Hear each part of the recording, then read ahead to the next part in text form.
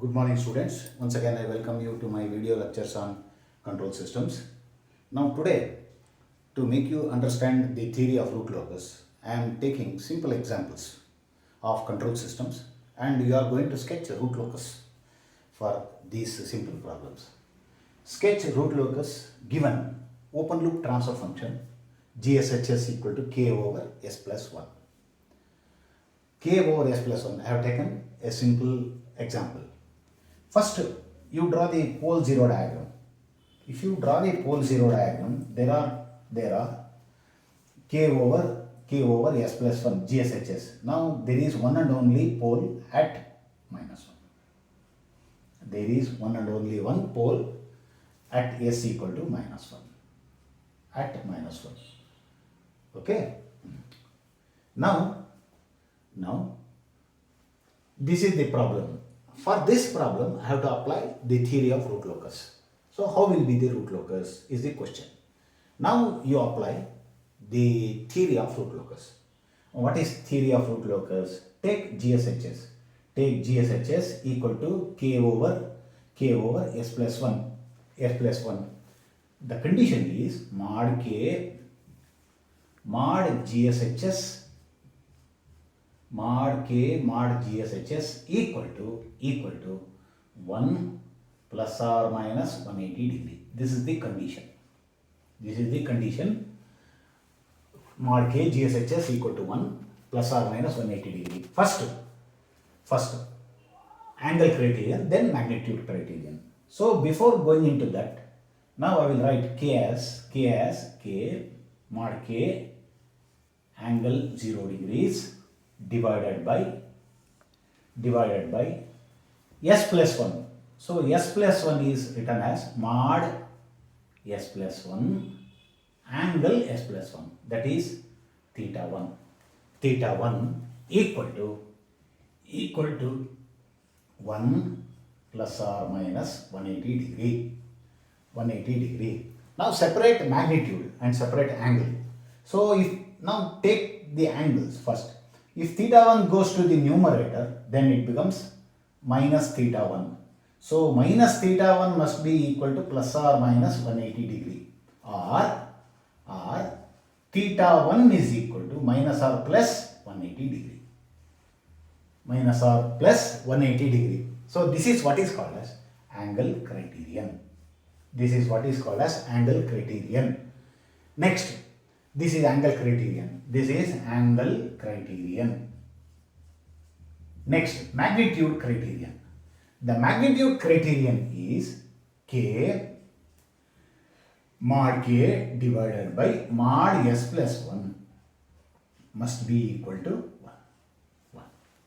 1. Now this is what is called as magnitude criterion. Both are to be satisfied for to be point on the root locus. Now I will explain first angle criterion. Now to understand angle criterion, now I will take the plane, S plane, this is S plane, this is S plane, and this is pole at minus 1. Now in my very first or second class, I have explained how to locate S plus 1 phasor. How to locate S plus 1 phasor? Take any point, join with minus 1. If you join with minus 1, that results in S plus 1 phasor. This I have explained in one of my previous class. So if you take S point here, if you join with minus 1, then this becomes S plus 1 phasor. So this length becomes magnitude and this becomes angle theta 1. Now you apply magnitude criterion. Theta 1 has to be plus or minus 180 degree. Now here in this diagram, for this point of S, theta 1 is an acute angle. It is not plus or minus 180 degree. Therefore, this point cannot be on the root locus. So this point cannot be on the root locus because the angle criterion is not met. That is, theta 1 is not equal to plus or minus 180 degree. Next, take point here. Take S point here. Now join with minus 1. Then this becomes S plus 1 phasor. This becomes S plus 1 phasor. Now, what is the angle here? This angle, theta 1, is 0. Theta 1 angle is 0 because it is coinciding with the real axis. Now, is angle criterion met? No. Angle criterion again is not met for this point of S because theta 1 is 0 degrees.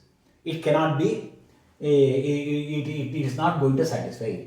In this way, you can take points. For example, if you take point here, if you join this, then this angle becomes theta 1. Again, theta 1 is acute, but it is negative, but it is not plus or minus 180 degree. So in this way, we have to search points for to be on the root locus. So angle criterion is not at all satisfied for these points. Now, same way, you can take points here and you can see that. For example, now I will take here, I will join. This is S plus 1 phasor. Now this angle, this is angle theta 1. Now theta 1 has become obtuse, but it is not 180 degree. It is more than 180 degrees. Obtuse angle. Therefore, this point also is not going to satisfy the angle criterion. So this is what is called as trial sum. This is what is known as trial. Now in this way, if you search points are not going to be satisfy angle criterion. But definitely there exists a root locus for this problem. Now I have to search points. Now what I will do is, I will search points in such a way that these points are to the left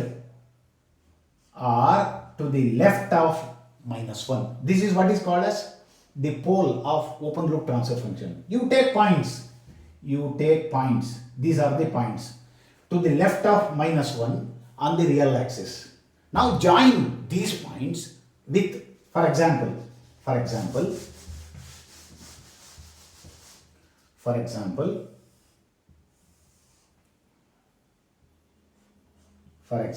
I will take this point. If you take this point, if you join with minus 1, then this is what is called as S plus 1 phasor. This is S plus 1 phasor. So joining points to the left of minus 1 with minus 1, it results in S plus 1 phasor. Now what is angle theta 1? Now the angle theta 1 is plus 180 if you measure in this way. If you measure this way, it is minus 180. Therefore, on the real axis, points to the left of S equal to minus 1 satisfy angle criterion. Therefore, these are the points going to be on the root locus. So, for these points, root locus angle criterion is met. Therefore, the root locus will be of this shape. So, for this problem, the root locus will look like this. Minus 1, this is the root locus.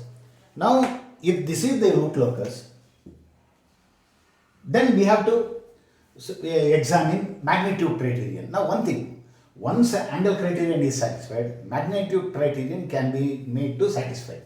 How is the question? Now, take magnitude criterion. Mod k divided by mod s plus 1 equal to 1. Now take this point, s equal to minus 1. Substitute here. Mod k divided by mod minus 1 plus 1 equal to 1.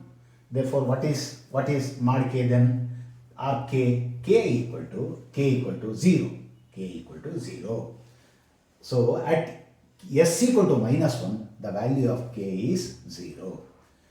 I have made this point clear. Always a root locus start or originate at the poles of GSHS. So that is why k equal to 0. Next, take next point, s equal to minus 2. If you take s equal to minus 2, somewhere here, apply magnitude criterion. Mod k divided by mod minus 2 plus 1 is equal to 1. Therefore, mod k or simply k is equal to minus 2 plus 1, that is mod minus 1 into 1. Now you know from absolute values what is mod minus 1. Mod minus 1 is simply 1. Therefore 1 into 1 is 1. Therefore at s equal to minus 2, the value of k is 1. So in this way you take points s equal to minus 3, s equal to minus 4, s equal to minus 5. You can find the values of k. Lastly, infinity. Take s equal to minus infinity. If you take infinity, then mod k divided by infinity minus infinity plus 1 is equal to 1. Therefore, what is k then? So k equal to infinity. Therefore, the root locus terminates at k equal to infinity. So k equal to infinity will occur at s equal to minus infinity. Therefore, what is the root locus? The root locus is on the real axis, to the left of s equal to minus 1. Now, in the next session, I will take two more examples. And I will try my best to make you understand what is known as the theory of root locus. Thank you.